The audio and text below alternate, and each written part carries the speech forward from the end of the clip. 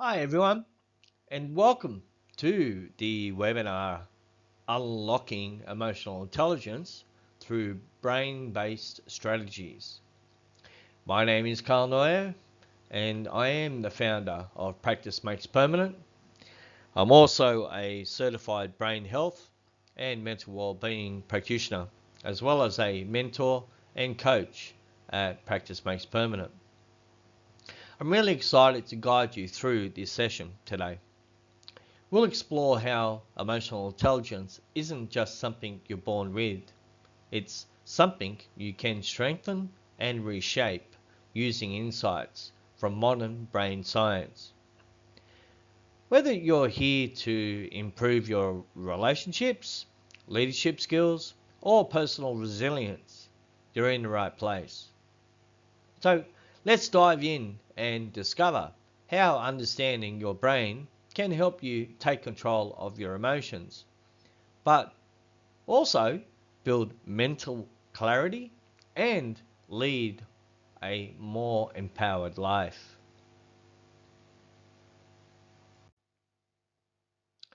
So, what is emotional intelligence and why does it matter? You've probably heard people talk about EQ or emotional intelligence, especially when it comes to relationships or leadership. But what does it actually mean?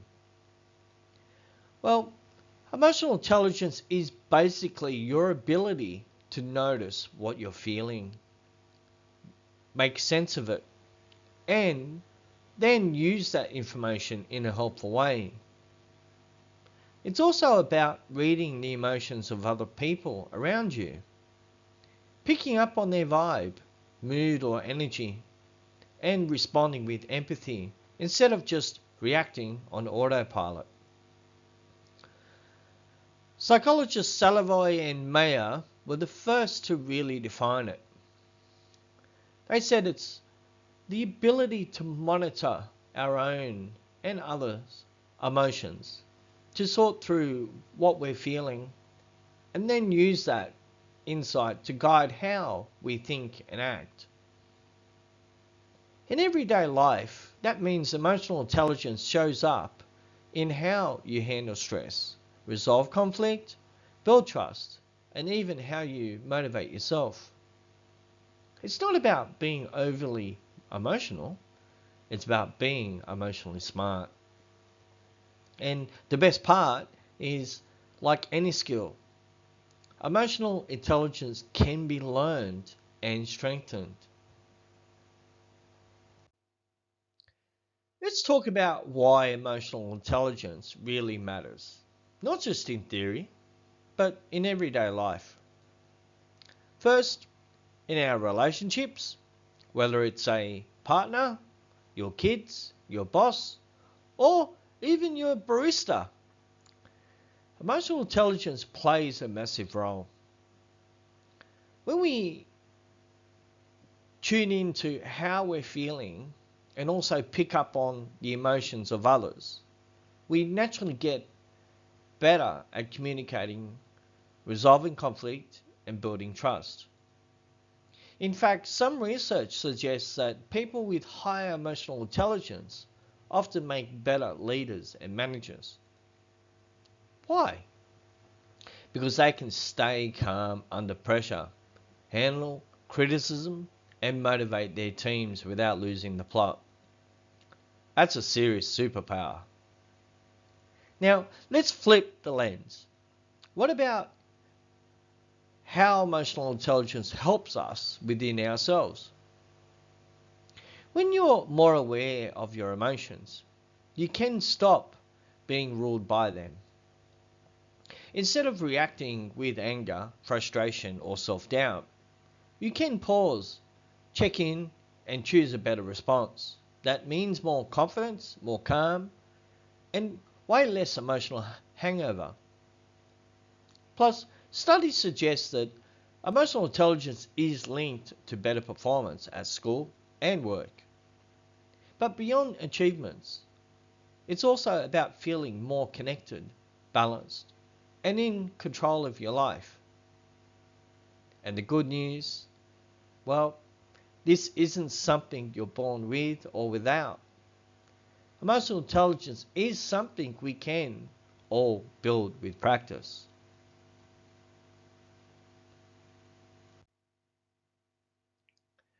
Emotions are wild, right? They happen fast, like lightning fast. One minute you're fine, and the next something happens, and boom, your body and your brain are reacting before you even had time to think. That's because emotional responses are super complex. They pull in data from your body and your surroundings, and then instantly run it through a filter. Your past experiences, your goals, your values, to figure out what the moment means. All this happens in a split second, and a lot of it is happening beneath your awareness. Your heart might start racing, muscles tense, hormones shift. You might feel a wave of fear, or anger, or joy, without knowing exactly why. And here's the kicker. Even if you're not fully aware of these emotional responses, your brain is still learning from them. It's making new emotional patterns that can shape how you react in the future. So, what does this mean for us? If we want to take charge, to actually use our emotions in a way that helps us instead of hijacks us, we need to start paying attention. Step one is becoming aware. Not judging, not suppressing, just noticing. Because the more we understand our emotional responses, the more we can respond with intention, not just impulse.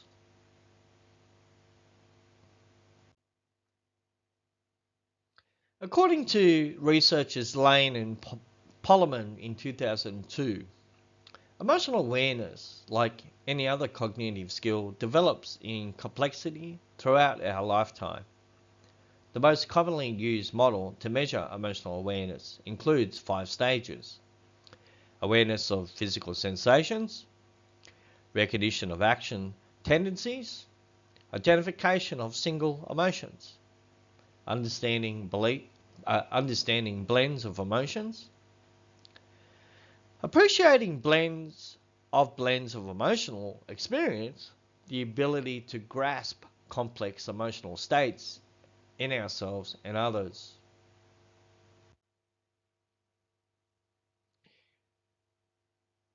In this section, we will draw on a variety of research to understand how emotional awareness develops and how it can be enhanced.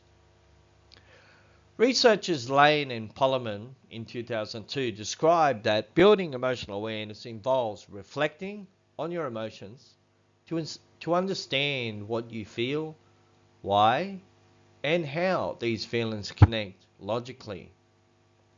They emphasize verbalizing emotions through talking or writing as essential for bringing unconscious feelings into conscious awareness and forming a detailed emotional framework. Researchers Brown and Ryan in 2003 highlight mindfulness practice as a powerful way to increase awareness of your inner self, including your feelings and desires. Building on this, Sriracha and Blackledge in 2006 show mindfulness helps observe emotions non-judgmentally, improving recognition and understanding of emotional patterns over time. Furthermore, Sriracha and Blackledge in 2006 also indicate that mindfulness fosters autonomy by helping separate emotions from identity and context, enabling thoughtful responses rather than impulsive reactions to unpleasant emotions. Together, these researchers suggest that enhanced emotional awareness supports better goal setting, clearer decision making under stress, and more effective social interactions. Let's take a look at the following researches to understand how physical sensations relate to emotional responses. Ledoux in 2003 explains that many of our neural responses to emotions occur within milliseconds, faster than our ability to cognitively interpret them. As a result, much of our emotional evaluation happens at subconscious level. Researchers Baumeister and Brolatsky et al. 2001 highlight that this subconscious processing affects how you respond to others and how others respond to you. Personal development tools like cultivating a positive mindset can influence your subconscious responses, allowing you to respond more positively. Baumeister and Brolatsky et al. In 2001 also note that negative emotions tend to be processed more strongly by social groups, making a positive mindset even more important. Rosenberg in 2019 points out that because these bodily reactions are so fast and mostly unconscious, we have little direct control over them. However, once emotions reach conscious awareness, you can monitor, modulate, or modify your responses. Physical sensations linked to emotions vary between individuals. Becoming aware of your unique bodily sensations is the first step towards deeper emotional awareness. Interoception is the capacity to perceive the internal state of your body. It helps you notice, for example, sadness as heaviness in your chest, embarrassment as heat in your face, or anxiety as butterflies in your stomach. To practice this awareness, I want you to find a calm, safe space using deep breathing or mindfulness techniques. Close your eyes and bring to mind a time you felt sad. Notice how intensively you feel the emotion and where you sense it in your body. Write down your observations. Try and repeat this process with anger, disappointment, joy, and excitement. Now, after you complete this exercise, I'd like you to reflect by asking yourself these questions. Were you surprised by how much physical sensation accompanied each emotion? How often do you fully lean into and experience your emotions, and why? How could knowing the bodily sensations linked to different emotions help you monitor, modulate, or modify your emotional responses?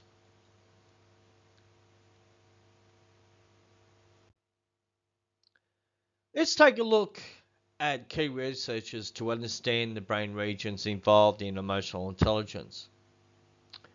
Baron Cohen Ring et al. In 1999 identified three distinct brain regions linked to emotional intelligence, each with its own function. Baron Cohen Ring et al. In 1999 described the brain amygdala as part of the limbic system, which is involved in emotion, memory, and behavior.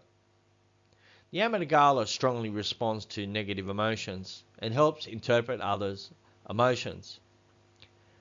Damage to the amygdala impairs this ability. Barrett and Cohen Ring et al. In 1999 also note that the orbital frontal cortex, which, when damaged, reduces understanding of social norms and what is socially acceptable. Baron Cohen Ring et al. In 1999 also highlighted the superior temporal sulcus, a region involved in identifying faces. Together, these regions enable us to read and interpret other people's emotions. Neuroscience research shows that emotions are controlled by many neurotransmitters, with no single love or hate chemical. At any moment, dozens of chemical messages are active, modulating mood and reactions. For example, in danger, the brain releases stress hormones and epinephrine,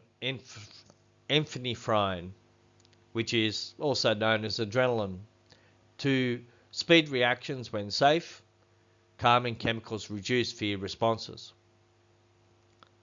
Social neuroscience explains that humans express emotions visibly, especially complex social emotions like shame, guilt, and pride, which involve awareness of other perceptions.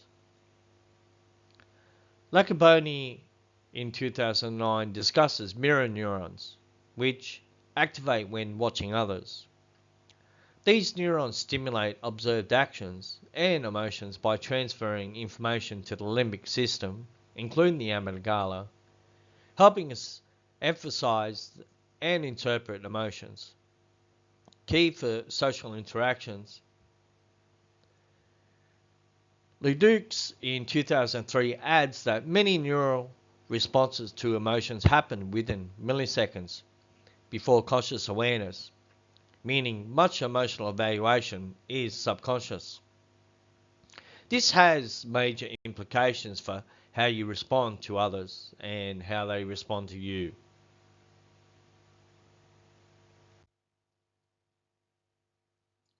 Let's take a look now at what research tells us about how emotional intelligence links to motivation.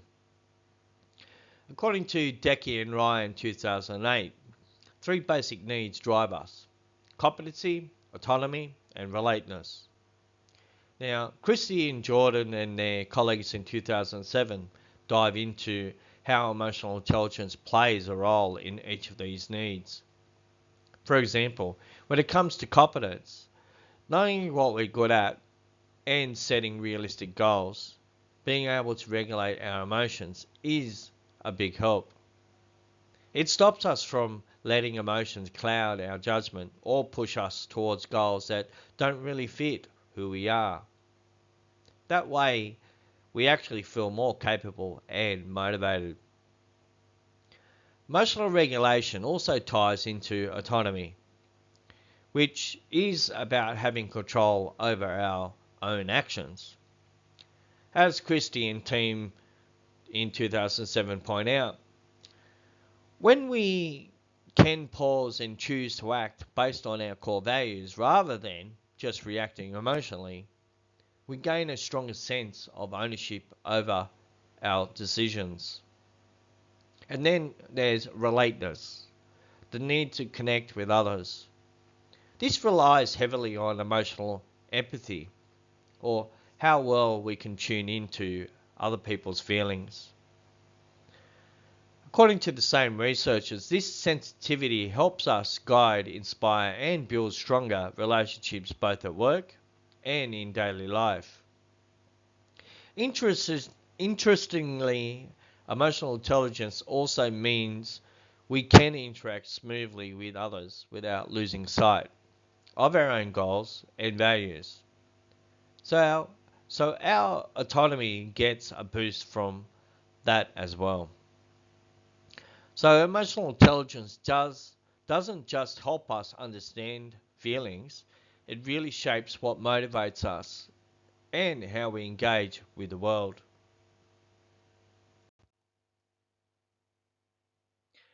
Let's explore what emotions really do. Often we think of emotions as just feelings, but research shows they're much more complex.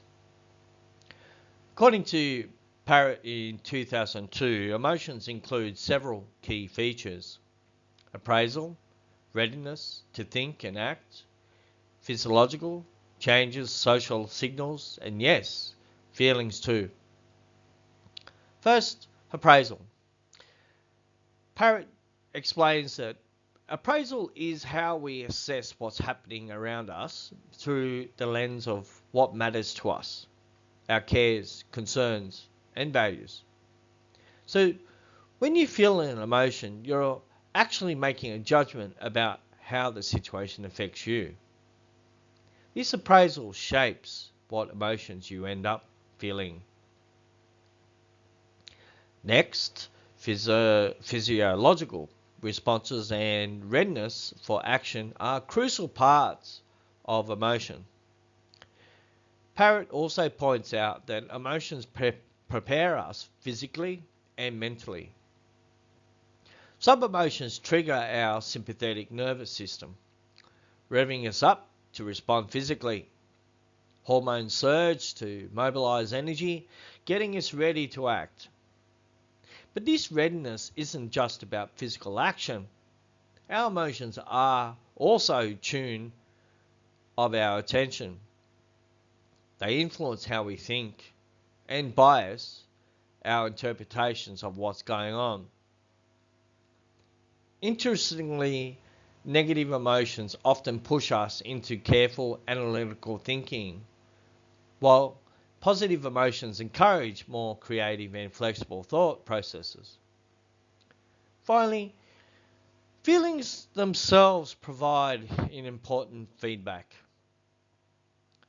Even when we don't consciously realize it, the feelings you experience, whether sadness, anger, or joy, give you an insight into how your unconscious appraisals connect with your personal goals and concerns.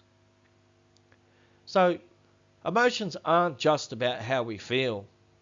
They're complex systems that guide how we understand, react, and engage with the world. So, let's start by looking at what research tells us about why emotional regulation is important. Researchers Gross and John in 2002 highlight that we regulate emotions because emotions serve crucial functions. They help us act decisively, fine-tune our thinking, and communicate with others. These challenges the old idea that emotions are just disruptive or dysfunctional. But of course, emotions aren't always helpful. Who hasn't gotten so anxious that it wrecked a presentation? Or laughed at the wrong moment? Or been so angry you couldn't think clearly? Understanding emotions functions helps us see why regulating negative emotions matters. Take fear, for example. Fear signals that something threatens your well-being or your goals. It prepares you to protect yourself by narrowing your attention to possible dangers. Fear also primes others to act when you communicate an emergency because negative emotions tend to be contagious. So fear provides useful information and helps us focus in times of threat. Negative emotions often signal that something's wrong, prompting us to be cautious and analytical when needed. But if we don't regulate these emotions, they can take over and trap us in a downward spiral, making us fearful when we need courage. Here's where emotional intelligence comes in. Having strategies to regulate negative emotions lets you harness them rather than be overwhelmed. Now, how do these regulation strategies become automatic?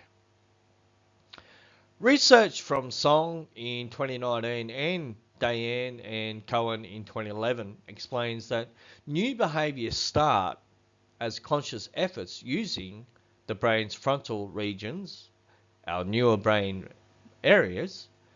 With practice, these behaviors become automated, shifting to deeper brain areas like the limbic system, which governs subconscious actions. This shift makes emotional regulation more efficient and automatic, like riding a bike. So, regulating negative emotions isn't just about managing feelings in the moment. It's about building lasting, automatic skills that serve you well throughout life.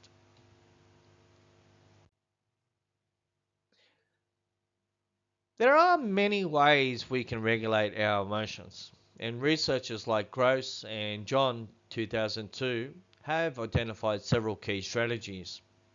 First, situation selection.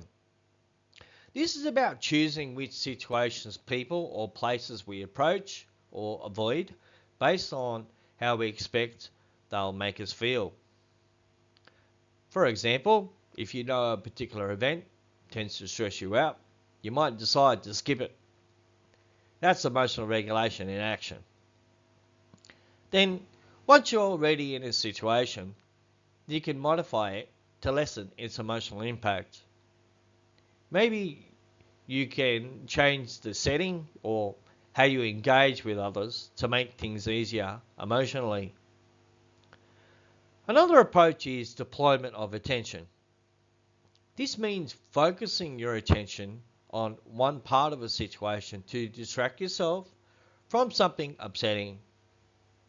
For instance, if a meeting gets tense, you might focus on taking notes to keep your mind off the stress. Next, change of cognition is really powerful. It's all about the meaning you assign to what's happening. By changing how you interpret a situation, you can change your emotional reaction. You might see a challenge as an opportunity rather than a threat.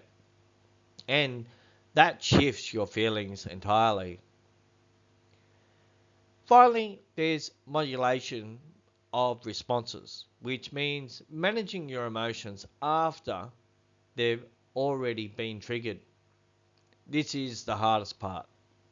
You can either suppress your emotions, like hiding embarrassment, or use a reappraisal, which means consciously changing how you think about the emotion or the situation. Gross and John in 2002 found that suppression uses up a lot of mental energy and doesn't really reduce negative feelings. Plus, it reduces positive emotions and can make others feel less connected to you because you're hiding how you really feel. Reappraisal, on the other hand, doesn't have these downsides. It changes your experience and even your body response by shifting your mindset. So instead of bottling things up, you're actively reshaping your emotional experience in a healthier, more sustainable way. So I want everyone to take this opportunity to just pause for a second and let's get personal with what we've been learning. I want you all to think of a situation where you experience a negative or limiting emotion, something recent or something that's still lingering in your mind. It could be frustration in traffic, anxiety before a presentation, or even a moment where you felt judged or overlooked. Now, take that situation and see how you might apply the four parts of emotional regulation we just discussed. For example, situation selection. Is there a way you could have avoided or prepared differently for that situation? Situation modification. Once you were in it, was there something you could have changed to make the experience less emotionally intense? Attention deployment. Could you have shifted your focus away from the distressing part, perhaps by grounding yourself in the present or focusing on a task? Cognitive change or reappraisal. How might you have thought differently about the situation to reduce its emotional charge? Could you reframe it as a challenge instead of a threat? I want you to just take a few minutes now to reflect on this and jot down your responses. If you're comfortable, feel free to share your scenario or your emotional regulation strategies when you come and visit us at Practice Makes Permanent. Now, let's reflect together with some questions. Did you find the emotional regulation process difficult or useful? Were you able to genuinely shift how you thought about the situation to change the emotion, or did you feel tempted to suppress what you were feeling? Which of the 4 steps felt most powerful or accessible for you in regulating your negative emotion? This kind of reflection is key to building emotional intelligence. When you practice regulating your emotions consciously, you're training your brain to do it more naturally over time. Like anything, it takes repetition. But that's how we build mental strength and resilience.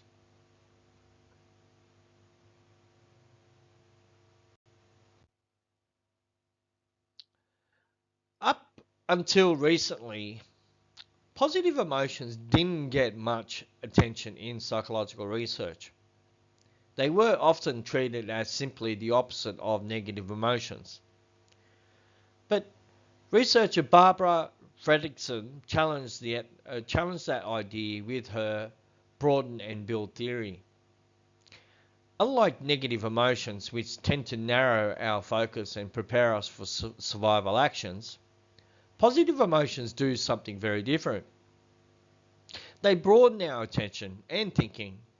When we feel joy, love, interest, or contentment, we're more likely to play, explore, connect with others, and imagine new possibilities.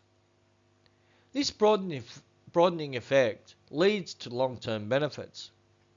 Positive emotions help us build valuable personal resources, like things like better physical health, stronger social networks, improved problem-solving skills, and greater psychological resilience.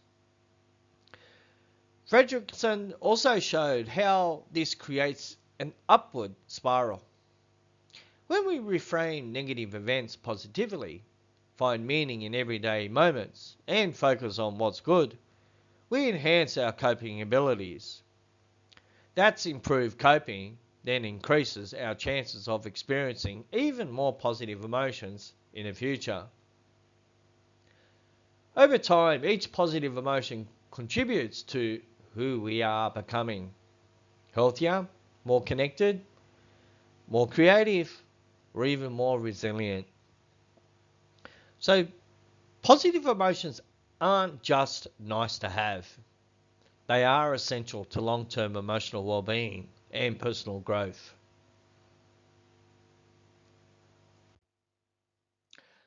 So far, we've just seen how powerful positive emotions can be.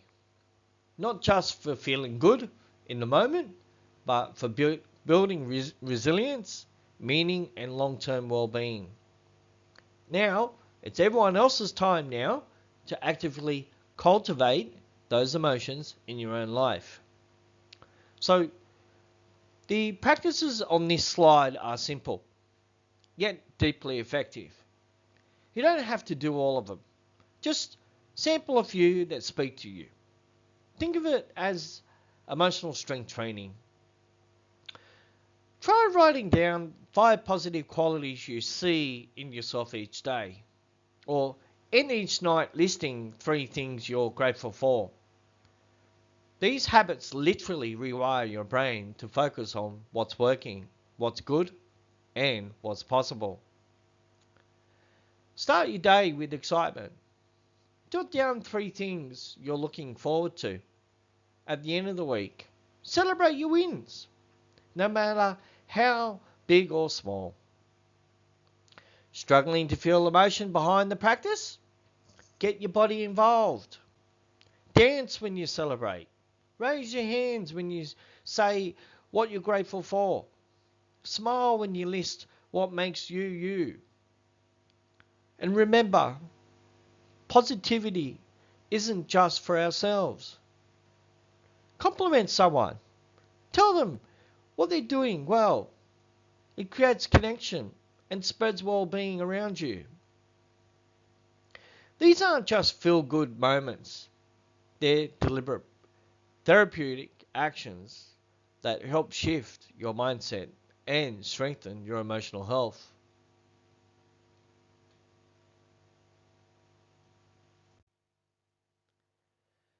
Emotional intelligence is something we begin shaping in our early years, but it doesn't stop there.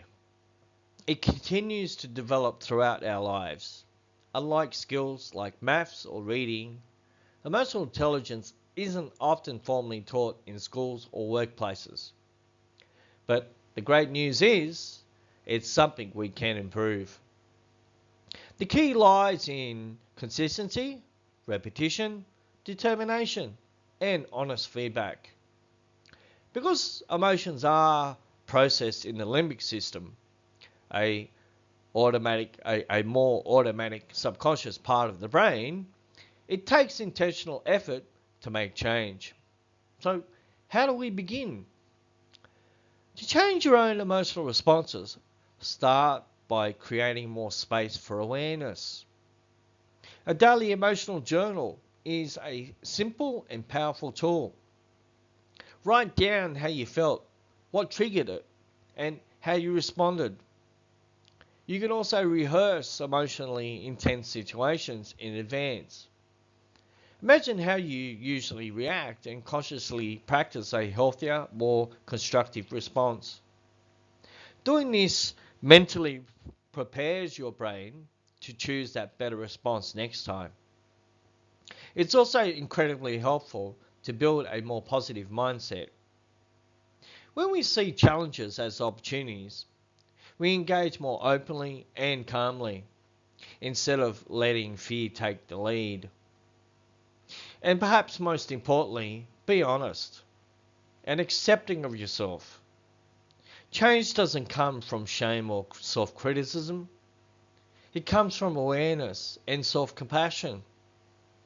When it comes to understanding others, try practicing empathy. Really put yourself in someone else's shoes. What are they feeling? What pressures might they be under? Why might they be acting this way? And finally, just listen. Listen without judgment. Don't rush to analyze or respond. Sometimes the most emotionally intelligent thing we can do is to be fully present with someone else's experience. Be honest. Be kind.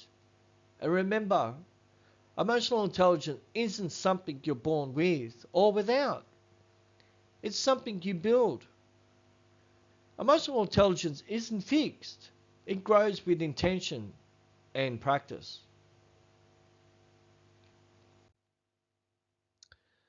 Well, that brings us to the end of this webinar. I'd like to thank you all once again for joining the Unlocking Emotional Intelligence Through Brain-Based Strategies webinar. We hope this session has given you some useful tools and insights to better understand and manage your emotions. Emotional intelligence is a lifelong skill that you can develop, and we're here to support you on that journey. If you're ready to take the next step in improving your emotional awareness and regulation, visit us now at Practice Makes Permanent website and click the free discovery call button to book your free session, or call us directly on 02 4605 0646 to schedule your free consultation. Now, don't wait. Start building your emotional strength and resilience today. And as always, remember to learn, then adapt, results in change. Thank you very much, everybody. See you later.